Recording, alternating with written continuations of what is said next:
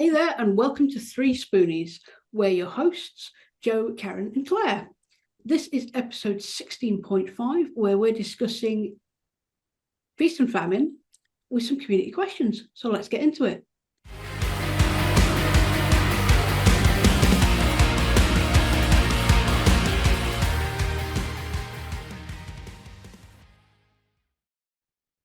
The Activity Connector's mission is to inspire children, young people, and adults alike to find the right activities for them through collaboration. We believe there is a sport or activity for everyone. We aim to bring organisations together to benefit children, young people, and adults within the educational setting. If there is a particular need, we would love to talk to you and see if we can help you fill that need.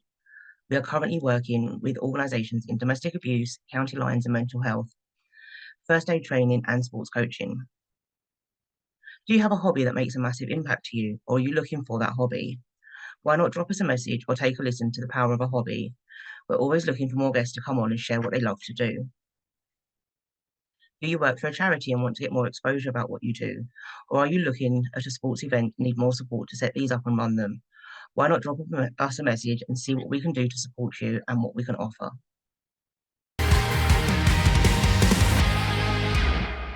Hi, I'm Joe from Bright Cat Business Solutions. I'm Karen from Pony Pony Pony. And I'm Claire from Sparkle Gift Boutique. And together we are 3Spoonies navigating our way through life and business with not enough spoons. This week, we once again have the lovely James Scudder from 76 Services with us after he discussed Feast and Famine with us last week. But this week, we have some community questions for him, and I'm going to pass over to Karen. Yes, we are going to start with one from Kobe, who asks, is it okay to have two targets when you're goal setting, a very realistic one and a stretch one, or is it always better to be ambitious with your targets? So what's my response to that really is, what is the point of setting a target you know is not achievable? There's no thing about that. All you're going to do is you're going to go, well, I set a target, but I haven't got to hit that. So you're just not going to do anything for it because it's an unrealistic one. So just don't sit there, look at your targets and go, right, set something realistic. If you're, say your business is turning over £60,000 a year now. Okay, now setting yourself a target. Let's say you set yourself a target for your next year to say we want to turn over £70,000. Well, that's great. That's not a big increase. It's still an increase. It's still a lot more money, 10,000. But that's something that's achievable. If you set the goal going, I want to hit 100,000, that's almost a 50% increase. Well, it's over 50% increase, actually. Your chances of hitting that are quite slim. Okay. I would say personally, that's going to be an unrealistic goal. I would make sure you set a realistic goal that you know you can accomplish, because then when you accomplish it, you're going to go, great. So let's say we go back to 60,000. Let's say you set a £5,000 goal. If you hit that by June, halfway through the year, you're going to feel so good about your business. You're going to go, well, actually, I'm going to double that now and hit 10. So having that realistic goal that you hit, then encourage you to go even further and push more. But if you set 15 at the start and you knew you couldn't achieve it, you're probably not going to work towards that. So once you get that, little goals are always a big thing, for my opinion, is have a little one, achieve it, then ride that roller coaster of that. What do they call it when you get the happy hormone thing inside Dopamine, you? endorphins. Dopamine, yeah, Endorphins. dopamine, endorphins, yeah. Ride that little endorphin hit to then encourage you along further because you hit that goal. Little goal, hit it, little goal, hit it, little goal, hit it. You'll be surprised at what you'll accomplish. So much more. Yeah, that's really good advice, actually. Yeah, I think small, manageable chunks is a lot better than sometimes going 5 years from now, I want to be here, which seems so very far away, doesn't it? 5 years, gosh. So the next question is from Carrie, who says, I find when it's quiet, I have a massive panic rather than spending time helpfully. Is there a good way to focus on the next quarter and be productive? So I think everybody, especially if you've just gone through a feast period, everybody hits that little quiet period and goes, oh, I can relax. The shoulders drop, you calm down, you have a big deep breath and you go, that's great. I've got a little bit of a break now. But then this is the problem when things, your marketing efforts could derail as such. You need to keep those wheels in motion. And this comes back to our discussion last week where we spoke about scheduling. and using tools on your social media platforms and everything like that. You're much better off asking Karen this question on scheduling and everything than myself. But if you can bring that through and go, right, I've now got a little bit of quiet time. Think of a marketing plan. Think of something new and go, well, I'm going to start on that. Use that downtime to do something that's not quite as stressful as doing your actual business. So you're going to work on the business rather than in it in that quiet period, would be my advice. Yeah, that's really good advice, actually. If you've got something to work towards and something productive, it's always easier to continue something than start it. So that makes a lot of sense. The next question is from Jazz. We mentioned things about sort of special offer or one-off last week. I think this one is specifically talking about core products. She says, when people aren't buying, I want to drop my prices right down. Is it a good idea to get some money in quickly, or should I avoid devaluing my products? I think this is going to be quite a business dependent thing if you've got a physical product or a service. Now, as a business, we operate a fixed price perspective. So all our customers pay the same price point because it makes it easier for us to negotiate. Okay.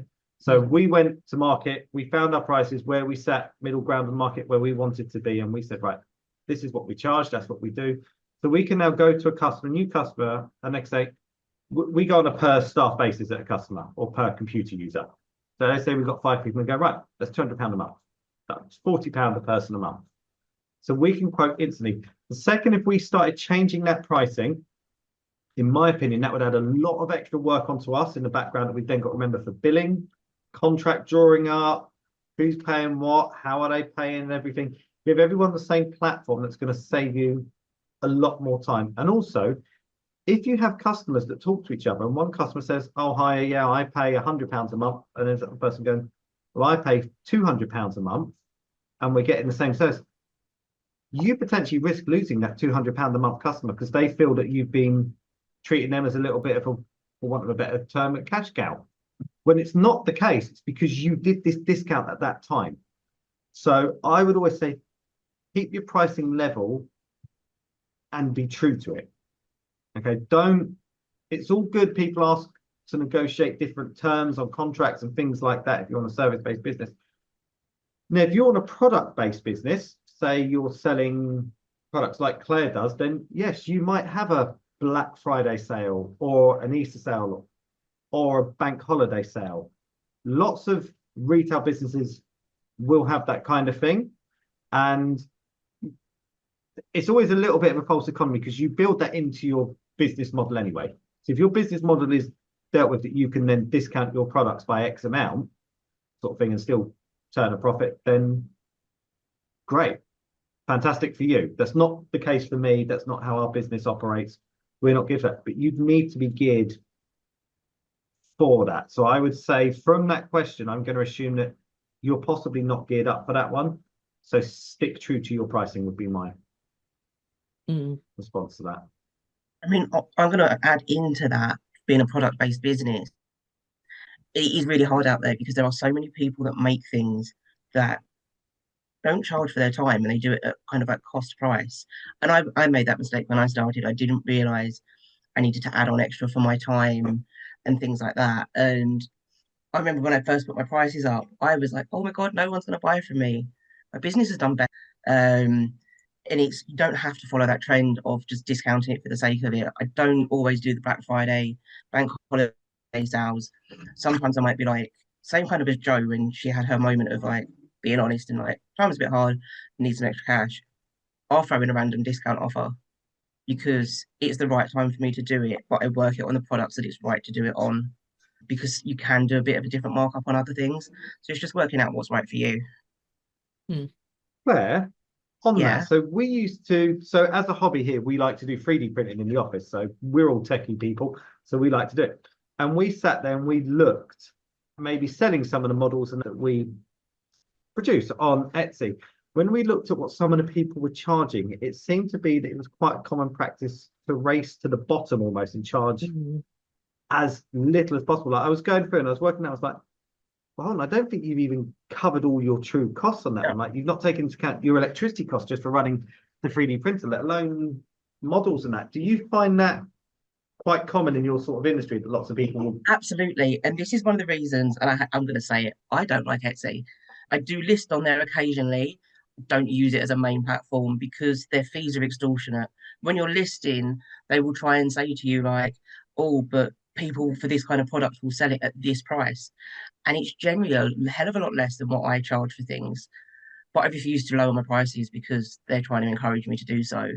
And You know, they encourage drop shippers yeah, big so time. I have my business coach has helped me found a different platform to kind of sell on, which I've just signed up for. And no one's trying to compete with each other in a way of lowering their prices to make it as cheap as possible. Everyone just seems pretty genuine with what they're doing and marketing the right way for themselves. But yeah, Etsy, I can't stand it. I'm gonna come away from them completely, to be fair, because for the bits that I do make, it's not really worth it. Yeah, it's knowing your market. And also, you can find that if you have charged lower prices in the past, sometimes those legacy clients who are used to the lower prices will be the most difficult people you ever have to deal with. I don't know the Venn diagram of humanity that makes that be true, but There definitely is one. I can attest to that. yeah, we've certainly all got examples of that. So yeah, long-term strategy, charge the proper prices. You're not doing anyone a favor because, like Claire says, people can go, oh well, so and so is charging 3p a year, and it's like, well, they're a numpty. That's not Oh, how we do honestly, that. I've had people say to me, "Can you do this?" And I'm like, "Yeah, here's the price." Oh, but this person can do it for this price. You feel free to go and order off that person. Like I've got long-time clients that will come back to me just for gifts for family things all year round. So for them, I will for every now and then. I'm like, "Here's a bit of a discount on what you're ordering." Like, just as a bit of a loyalty kind of reward thing, so that they know I'm grateful for them. But I'm not going to do it for just one random person. Sorry, I have to value myself on what I'm doing. Yeah, and I'd say from a service perspective, I now don't lower my core services. However, I've got a bunch of bite-sized ones that are a one-off payment. Those I might throw out on an offer of, hey, get this thing, it's this much for the next week. And that is usually, I need to make some money. And I'm usually honest about that. But those are nice things that I can just throw out as and when. They've got a standard price, I'll lower those a bit, but my core business, as I'm a service business, no, the price is the price.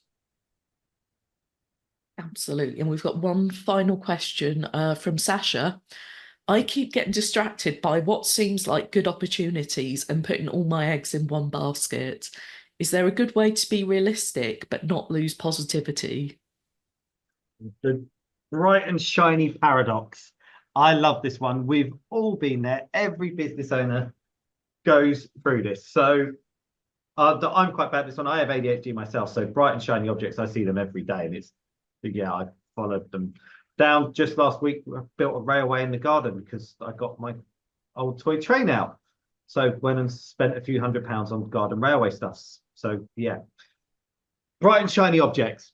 Absolutely love these. These are fantastic, but limit yourself on them. Everyone loves a bright, shiny object. You need to say you get one bright, shiny object a month as a business. Just one, okay? I'm sorry. Do just one? Yeah. Don't try and say we're not going to have any. We're going to sit there and park everything and make a decision. So what we do as a business is we have a big old whiteboard. And on that whiteboard, anything that comes in that's big, bright and shiny gets written on there. Okay? And it sits there for a week minimum. Once it's been there a week, you then go back and go, do we really want that? Yes, no. And if you are about it, it gets rubbed off. If you don't have a yes, we want that, it can stay for another week. Once it's been there 2 weeks, you can then get it. Okay, but if not, you rub it off. And that's how we distract ourselves from bright and shiny objects. That is I like that. That's good. Whereas I'm just like, oh, shiny, and then I get Joe distracted with a shiny, and now we have a website. Yeah. Yeah. I wasn't doing anything else at the time, to be fair. And some of On a that Facebook shyness page. came from within, I feel. Yeah. Yeah. I mean, that was a good shiny, just, Claire wants a website, and I could build a website. Yeah, we decided, like, we've got the Facebook group. It was like, oh, let's have a page. So we've got somewhere else for kind of shout about our sponsors and people that are coming on the show and stuff. And then it was like, oh, but we could have a website. And it went from we could have a website to about an hour later, I bought us a domain name. Joe, do your magic. And then I think it took me about 24 hours to get, I've got the basics of a website. Some shinies are good. You know, Yeah, you can some are run good. with them straight away. I have ideas for things, or I mean, I love a bit of Pinterest, or I'm in some great Facebook groups, especially for the rhinestone stuff that I do, because I can get really obsessed, but that's an expensive shiny. And so I have to sit there and I'm like, I'll download images or screenshot things and I get ideas and I will post it. I've got a post-it note wall of my ideas. And I'm like, is it really feasible? Is it financially a good idea to do it? Because it might cost me more than most people are willing to pay to buy that product. So I have to kind of really think about it. So them shinies I do think about, whereas I'm just like, sorry, let's go. Makes a lot of sense. Right. Thank you, James, for joining us again. Please plug your business for us. What do you offer? So I'm James from 76 Services. We've discussed. We provide IT support to owner-managed businesses. So any questions about IT or anything like that, we're here. Pick up the phone, give us a call. We're happy to answer it. With regards to Microsoft 365, this is where we see a lot of people generally over license themselves. So you're paying something a month and you're using 10% of it. You wouldn't go to the supermarket, load up your trolley of all your groceries, pay for it all, and then only walk away with your bread and milk. You want to use that 90%. We offer a free service where we'll sit down, have a look at your Microsoft 365, see what you're licensed for, and give it a review to make sure you're actually using what you're paying for starters is the main thing, because that'll save you money. There might be ways to save you money as well. We can have a look and say, well, actually, you're never going to use that. Why are you paying for that? Get rid of it. Because you support that bright and shiny object. Or what you thought you needed. Yeah. Fabulous. Well, thank you again, James, for joining us. We've had a fabulous time. And thank you all for joining us on this episode of 3Spoonies, which was on Feast and Famine community questions. We'd love to know your thoughts in the comments and any questions you have. If you enjoyed this episode, please subscribe for our weekly podcast and leave us a review. You can find us on social media, and as we mentioned, we now have a website. We'd love if you join us in the Business Success Network for Disabled Entrepreneurs Facebook group. And if you like what we do, you can buy us a coffee. All the links will be in the show notes, and we'll see you next week for our next topic, which is navigating the holidays with a disability. Have a great day and keep track of your spoons.